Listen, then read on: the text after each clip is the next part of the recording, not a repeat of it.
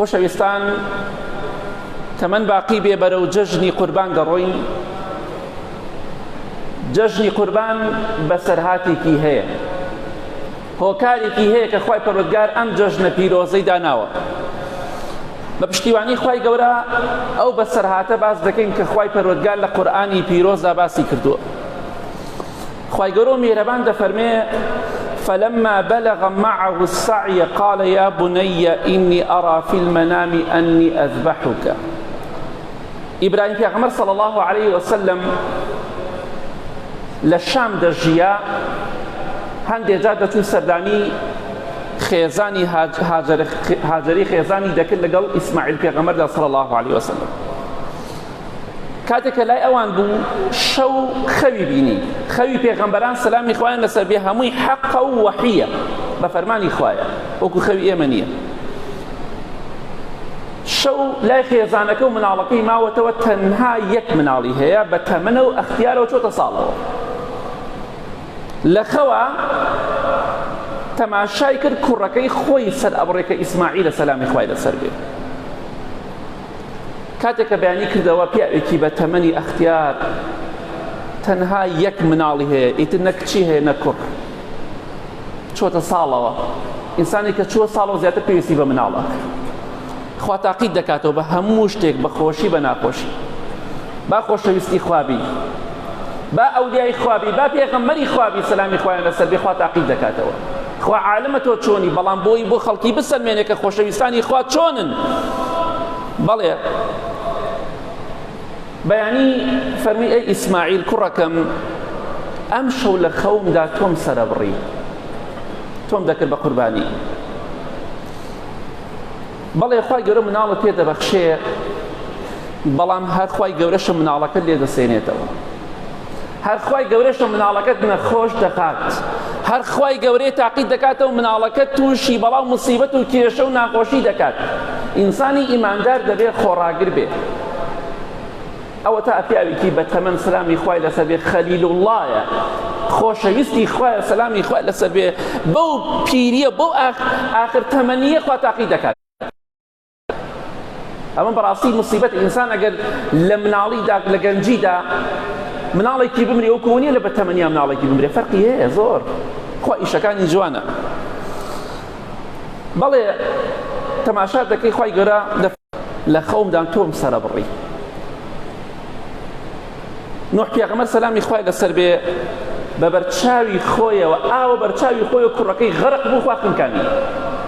ئەمە ناخۆشە بەڕاستی. پێغەمبەری خوا صلی الله عليه وسلم ئیبراهیمی کوڕی بە باوشیەوە گیانی دەرچوو مرد، کەواتە خوا تۆش تاقید دەکاتەوە. ئەم بەسەرهاتانە کە باسی دەکەین بۆی دەرز و عیبرەت و ئامۆژگاری لێ وەرگرین.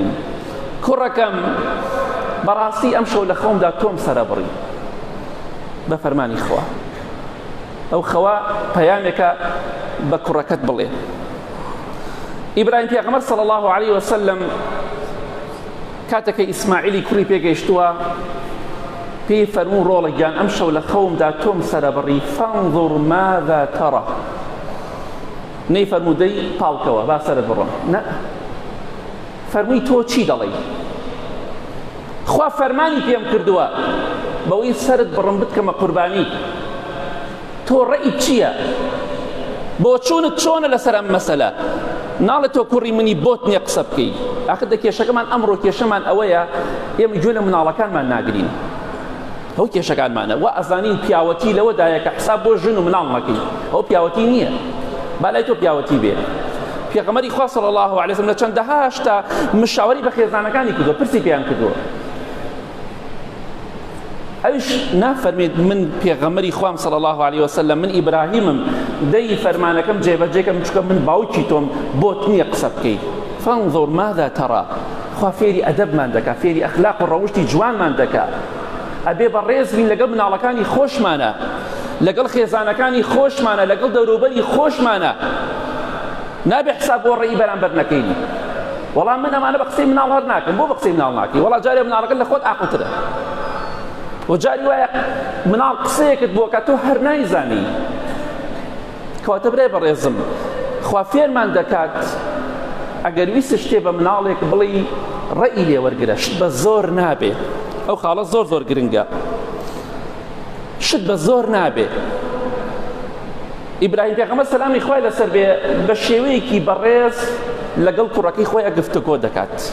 کوڕەکەم خەوێکی ئەوان بینیوە تۆ ڕێی چۆنە لەسەر ئەم مەسەلە، سەرت بڕم بە فەرمانی خوا فەرمانی پێم کردووە، تۆ چی دەڵێی؟ ئەمە ئەو پەڕی ئەدەبە. ئەگەر ئێمەش لەگەڵ مناڵەکانمان ئاوا بینی گویان لێ بگرین بە ئیزنی خوا زۆر زۆر بەڕێز دەبن لەگەڵمانە. بەڵام ئەگەر بڕین مناڵ چی حسابی بۆ بکەی، پیاوی وایە بە تەمەنە ئەگەر 100 گەنج قسەی بۆ بکڵێ بە قسەی مناڵە مەزن ناکەن. مناڵە مەزن ئەو مناڵە مەزن زۆر زۆر لاوێ لە تۆ عاقڵتر بێ لەو مەسەلە.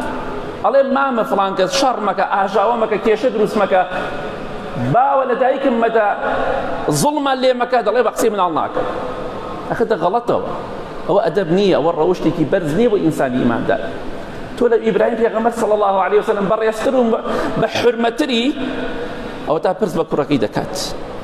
شت بە زۆر نابێت. تۆ بتەوێت دینداری بە زۆر بەسەر کەسێکا بسەپێنی نابێت. لە ئیسلامدا زۆر نییە. پێغەمبەری خوا صلی الله عليه وسلم لە شاری مەدینە ئەژیا پڕ بوو لە جوولەکە، زەختیشیان لێ نەکرا. دینداری بە زۆر نابێ، بە زۆر نابێ بڵێ بەخوا بێ خۆت داپۆشێ، بێ قەناعەتی بێ بکەی، هەموو شتێ بە قەناعەتە. نابێ بەخوا بڵێ هەبی هەر نوێژکەی، پێی بڵێ بەڵام قەناعەتی پێ بکە کە نوێژکە، کە خۆی داپۆشێ، کە خوا ناز بێ. ئەو تا ئیبراهیم پێغەمبەر صلی الله عليه وسلم دەیەوێت قەناعەتی پێ بکە کە ئەو فەرمانی خوا جێبەجێکە، بەڵام بە خۆشی کوڕەکەم تۆ چی دەڵێیت، ڕێیت چییە؟ کەواتە بە ئێمەش مناڵەکانمان حسابێکیان بۆ بکەین، هەندێک ڕۆڵێکیان بەتەمای ئەم ئیشەم تۆ چی ئەڵێ، ڕێیت چییە لەسەری؟ چەندێک خۆشحاڵێ باوکم پرسم پێیەکە. ئەمە سوکایەتیکردن نییە بە خۆت، ئەمە کەمکردنەوەی خۆت نییە. ئیبراهیم سەلامی خوای لەسەر بێ خۆی کەم کردەوە، فەرمانی خوایە. تۆ خەریکی کەسابەتێکی بۆ کەسابەتێ بۆ شتێکی دنیایی ئەگەر پرس بە مناڵەکەت بکەی بۆچی کەمێتێ بۆ تۆ؟ کەواتە ئینشاڵڵا با بە ئەدەب و بە ئەخلاق بین لە ئیسلام و فێری ڕەوشتی جوان بین. ئیسماعیل پێغەمبەر صلی الله عليه وسلم کە باوکی پێی دەفەرمێ کوڕەکەم دەمەوێ بە فەرمانی خوا بتکەمە قوربانی سەرت بڕم، چی دەفەرمێ؟ باوکی بە ئەدەب و قسەی لەگەڵا کرد. قال يا أبت افعل ما تؤمر ستجدني إن شاء الله من الصابرين. باو جيان نالي باوا نالي يا أبي يا أبتي، دەڵێ باو جیان ئەوەی خوا فەرمانی پێت کردووە لە خەودا جێبەجێکە. ئینشاءڵڵا من دەبینی لە ژێر چەقۆ، لە ژێر ئازاری چەقۆ و سەربڕیندا زۆر خۆڕاگر دەبم، زۆر خۆڕاگر دەبم، زۆر بە سەبر دەبم. مادەم فەرمانی خوایە جێبەجێکە، تاقیری مەکە. ئینسان ئەگەر بۆ خوا ژیا ئاوا دڵخۆشە. ئەو پەڕی ئیمانە، خوا تاقی دەکاتەوە. ئیمانەکە چۆنە؟ لە کاتی خۆشی و ناخۆشیە لەگەڵ خوادا چۆنی؟ ئیمانەکەت بۆ دەرئەکات کە تۆ شایستەی بەهەشتی یا شایستەی دۆزەخی. باوە گیان دوو دڵ مەبە، بیری لێ مەکەرەوە. بە ئیزنی خوا من دەبینی چەندێ بە سەبر دەبن لە ژێر چەقۆی کاریگەری چەقۆدا. ئەوە ئیمانداریە. بەڵێ ئینسان کە بۆ خوا ژیا ئەو دەقە دڵی خۆشە کە بۆ خوا دەژی. عەبدوڵڵای کوڕی حوذافە ڕەزای خوای لێ بێ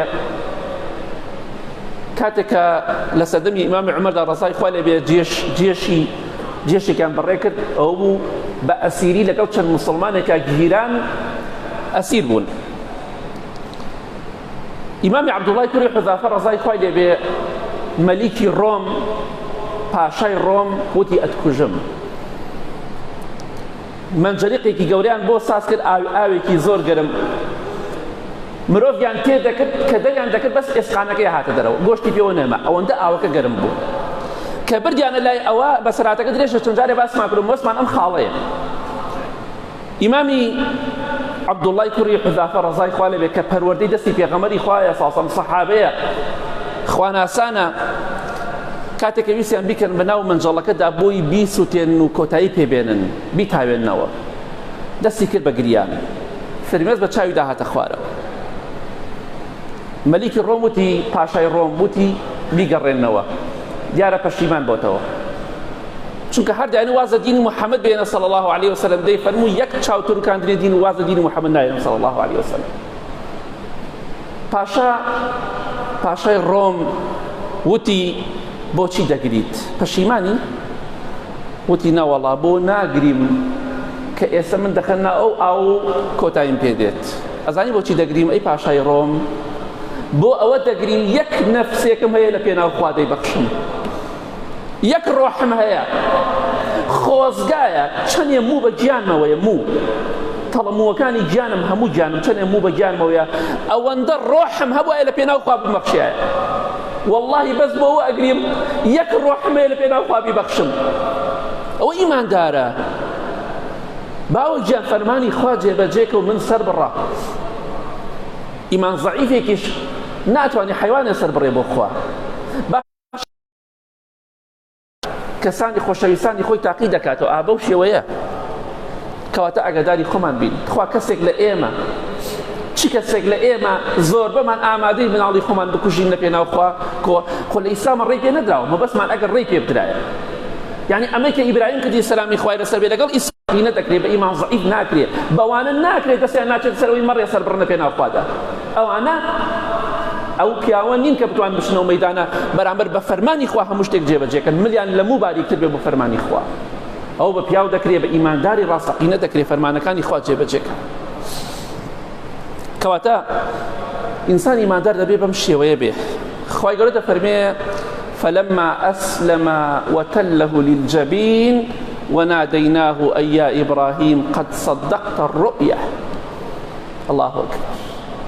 إسماعيل سلامي خوای لەسەر بێ تەسلیمی فەرمانی خوا بوو لەگەڵ باوکیدا، سلامی خوایان لەسەر بێ. خوای گەورە دەفەرمێت کاتێکە ئیسماعیل کەوتە سەردەم بۆی باوکی سەری بەڕێ چاقەکە بهێنێ بە ملیدا، چاقۆی هێنا بە ملیدا، بەڵام ملی نەبڕی. خوای گەورە بانگی کرد فەرمووی وەنادەیناه و بانگیان کرد، بانگمان کرد ئەی ئیبراهیم مناڵەکەی خۆت سەرمە بڕا، قەد صەدەقتە الرؤیا. ئەوەی لە خەودا فەرمانت پێکردبوو جێبەجێت کرد. ئینا کەذالکە نەجزی المحسینین. ئێمە ئاوا پاداشتی چاکەکاران دەدەینەوە، هەر چۆن پاداشتی تۆ دەدەینەوە، هەر کەسێکی چاکەکار بێ بە هەمان شێوە پاداشتی دەدەینەوە. بۆیە ئەی ئیبراهیم سەلامی خوای لەسەر بێ بەڕاستی ڕازگۆ بووی، بەڕاستی ئیماندار بووی، بەڕاستی لەژێر فەرمانی خوای گەورەدا بووی خۆت و کوڕەکەیشت. ئەو خەوەی کە بینیت هێناتە دی، ئەو وعدەی کە بە خوات داوە هێناتە دی، خەوەکەت هێناوە دی و تۆ ڕازگۆ بووی. تەوا ئەوە مزگەرنی خوای گەورە خوا تاقید دەکاتەوە. خوای گەورە عالمە تۆ چۆنی، بەڵام تاقید دەکاتەوە تا خۆت ببیتە شایەت بەسەر خۆتەوە باش و بەخراپ. کەواتە ئێمەش ئاگاداری خۆمان بین، ئێمەش لە قاعەیەکین، لە ژوورێکین، لە شوێنەکین، لە ئیمتیحانین. هەموو دەقەکانی ژیانمان ئیمتیحان و تاقیکردنەوەی. هەر کاتێک کە وەرەقەکەمان لێ سەحب کرا و لێ وەرگیرا کۆتایی بە ژیانمان دێ. کەواتە ئاگاداری خۆمان بی، بزانین چۆنین بەختەوەر ئەو کەسەیە بیباتەوە لە ئیمتیحانی ئەم دنیای ڕزگاری بێ و بۆ بەهەشتی خوا بڕوا. بەدبەخت و دۆڕاویش ئەو کەسەیە خوا لە خۆی تووڕە بکات لە بەدقاتی دنیا. ئەوە ژیانی پێغەمبەران بۆ سەلامی خوایان لەسەر بێ. ئامادەیە لە پێناو خوادا کوڕ دەکەوێتە سەردەم، باوەگیان فەرمانی خوا جێبەجێکە و ڕەحمم پێ مەکە، سەرم بڕەمادەم فەرمانی خوایە. بەڵام خوای گەورەش بانگی کرد تەواو مناڵی خۆ سەرمە بڕە، چونکە تۆ ڕازگۆ بووی. یا ڕەبی خوایە لە گوناهەکانمان خۆشبی، لە گوناهی دایک و باوک و مردوەکانمان خۆشبی، خوایگیان شیفای نەخۆشەکانمان بدەی، بە تایبەتی ئەوانەی داوای دوعای خێریان کرد.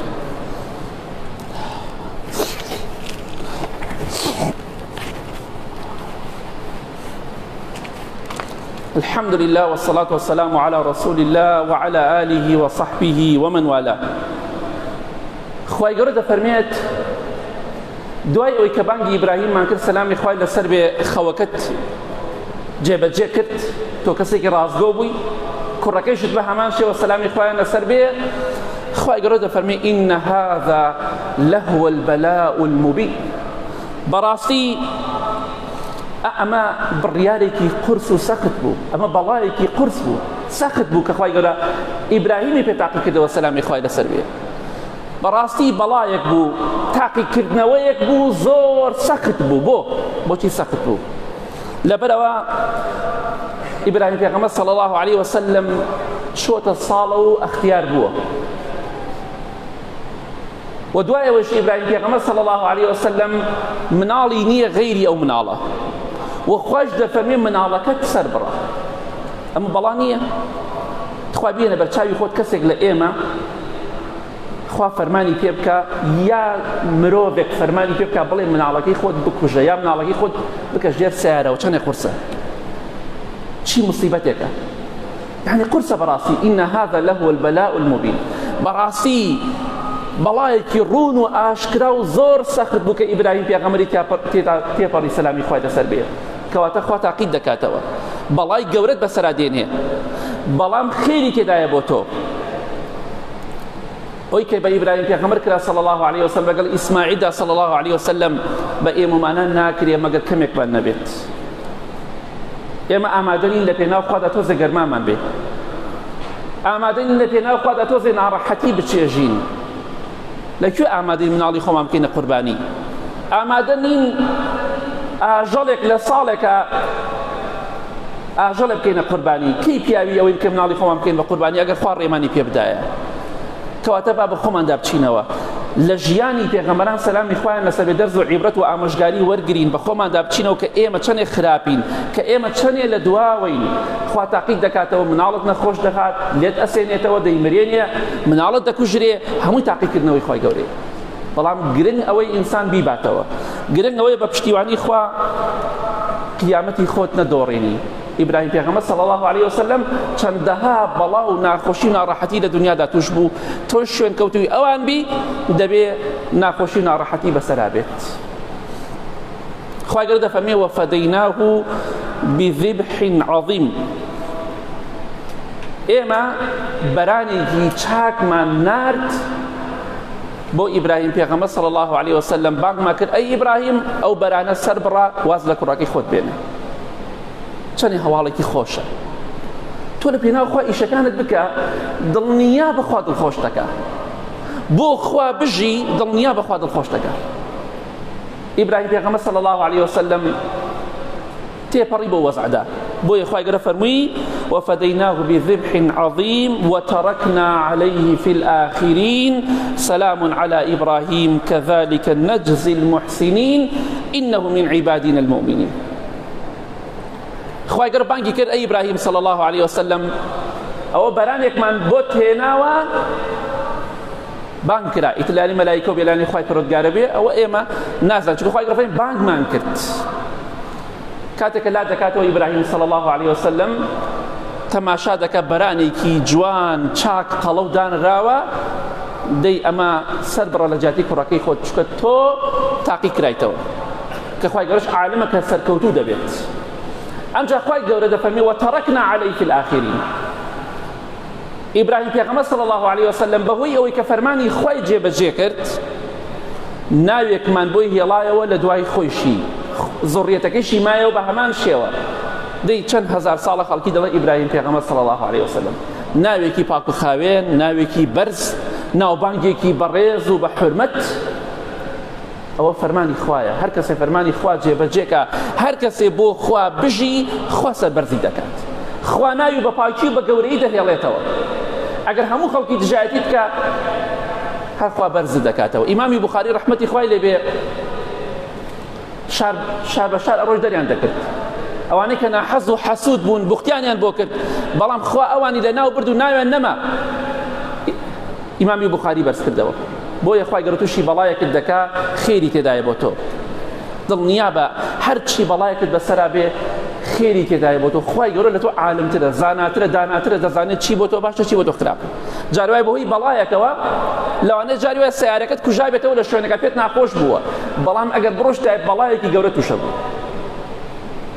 کەواتە ئاگاداری خۆمان بین خوای گەورە دەفەرمێ سەلامی خوا لە ئیبراهیم پێغەمبەر بێ سەلامی خوای لەسەر بێ سەلامی خوای لەسەر بێ بەڕاستی ئێمە پاداشتی چاکەکاران دەدەینەوە إنه من عبادنا المؤمنين بەڕاستی ئیبراهیم پێغەمبەر صلی الله عليه وسلم لە عەبدە ئیماندارەکانی ئێمە بوو عەبدێکی ئیماندار بوو چونکە لە ئیمتیحان ناجح بوو ئیماندار ئەوەیە بۆ خوا بژی لەژێر فەرمانی خوادا بێ خوشکی بەڕێزم چاو لە ئیبراهیم پێغەمبەر کە سەلامی خوای لەسەر بێت خۆت داپۆشە فەرمانی خوا جێبەجێکە ئجاکە جێبەجێ نەکەی چۆن نەڕوودێ بە داوای بەهەشت لە خوا بکەی لە کۆتاییدا خوای گەورە دەفەرمێ وبشرناه بإسحاق نبيا من الصالحين وباركنا عليه وعلى إسحاق هەر ئەوەندە بەرانەکە بەس تەنها بەرانەکە نەبوو سەیدا هەموو مزگەێنی خۆشەکە دوای تاقیکردنەوە یەکەم خوای گەورە فەرمووی تۆ سەرکەوتوو بی تۆ ڕاستت کرد خەوەکەت بەدیهێنا ئەمە مزگەێنێکی خۆش دووەم خوای گەورە بەرانێکی بۆ نارد لە جاتی کوڕەکەی سەری بڕێ سێیەم خوای گەورە مزگەێنی پێدا دەفەرمێ مزگەێنیمان پێدا ئەوە ئیسماعیل ما بۆ تۆ کوڕێ تریشت ئەبێ ناوی ئیسحاقە پیاوێکی بەتەمەن ئەختیار چۆتە ساڵەوە سەلامی خوای لەسەر بێ خوای گەورە کوڕەکەی پێبەخشیەوە کە ئیسماعیلە سەلامی خوای لەسەر بێ و مزگەێنیشیان پێدا فەرمیان کوڕێ تریشت ئەبێ هەرچەندێ بەتەمەنی خۆت بە ساڵاتوی خێزانت پیرێژنە بەڵام خوای گەورە کوڕێکی تریشتان پێدا ناوی ئیسحاقە و پێغەمبەریشە سەلامی خوای لەسەر بێ سێم و مزگەێنی خۆشەکە دەی بۆ خوا بژی خوای گەورە لە دنیادا هەموو مزگەێنێکی خۆشت پێدا وە لە ناو گۆڕدا وە لە کاتی مردنتدا وە لە ڕۆژی قیامەتدا کە زیندوو دەبیتەوە وە لە ساحەی مەحشەر هەموو مزگەێنی خۆشی ڕوو لە تۆ دەکات بەس بۆ خوا بژی بۆیە خوا شتێک لێ ئەسێنێتەوە جاری وا هەیە بە شتێ تاقی دەکات و شتێ باشتر پێبەخشێ خوا عالەمە تۆ نازانیت بە یەک بەسەرات کۆتایی بۆ تارگە دەهێنم ئیمامی ئەبوو قیلابە هەبوو ڕەحمەتی خوای لەبێ زانایەکی گەورەی تابعینە قوتابی سەحابە بوو دەفەرمێ ڕۆژێکیان ڕۆشتم بۆ لای پیاوێک لە پیاوی دەسەڵاتدار پیاوی دەسەڵات بوو ڕۆشتم بۆ لای سەیرەکەم هەردوو قاچی شکاوە هەردوو پێشکاوە ئێسخانەکەی شکاوە و کەوتووە لە ماڵەوە لەبان ئەسب کەوتووە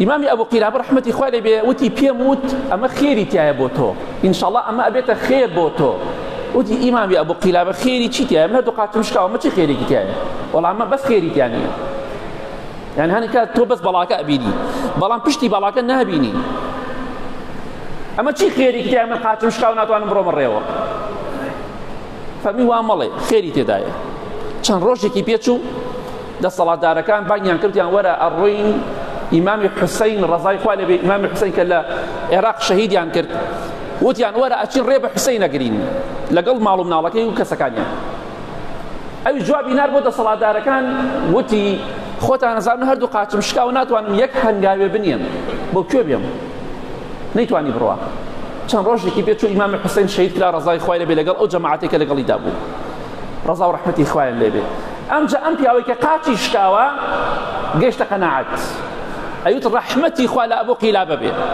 واللهی ڕاستی کرد کە خێری تیا بوو خۆ ئەگەر من قاچم نەشکایە منیش لەو خوێنە بەشدارە بوو لەو خوێن ڕشتنا خۆ قاچی منی شکان بۆی لەو خوێنە بەشدار نەبوو ئەوە خێری تایە بۆیە تۆ بەڵاکە تەنها مەبینە پشتی بەڵاکە لەوانەیە حکمەتێکی زۆری تێدا بێ لەوانەیە تۆ لە شوێنێکە تاخیر بی لە ئیزدیحامێکە تاخیر بی خوا لە بەڵایکی گەورە لات بەرێ ڕاستەکە پێت ناخۆشە مناڵێکت لەوانەیە بە مناڵی بمرێ لەوانەیە بە گەورەی هەزار خەفەت بداتیە ئیستا چۆن لەها کەسەیە ئاواتەخوازە مناڵەکەی بمرێ بۆ لەبەرەوە ژیانی نەماوە ئیسراحەتی نەماوە بەس ئەگەر بە مناڵی بمردایە خەفەتێ خوارد بەڵام ئەمە ئێستاڵی خۆزگای بمردا لە کۆڵم وایەتەوە کەواتە ئیشەکانت بەخوا بسپێرە خوا زانا و دانایە و من و تۆش نەزان و نەفامینیش نازانین هەرچیمان بەسەرات سپاسی خوا بکەین لە کۆتاییدا دەڵێم ئینشاءڵڵا با دەرز وەرگرین لە ژیانی پێغەمبەران سەلامی خوایان لەسەر بێ بە خۆماندا بچینەوە اللهم اغفر للمؤمنين والمؤمنات والمسلمين والمسلمات الأحياء منهم والأموات من أهل السنة والجمعة والجماعات يا ربي خواه الشفاء نخوش كان من بدي بتايبتي أواني داوي دعاء خير يعني كده يا ربي خواه هيمني وآرامي بلات من بباريزي أواني نخوش خواه الشفاء بدي أواني درددار خواه درد يعني نصر هالقري خواه جان وعمل يبكي بردوام سپاسی توبكين لسنا خوشينا راحتي كان سپاسی توبكين خورا قربين آمين آمين آمين وصلى الله على محمد وآله وصحبه أجمعين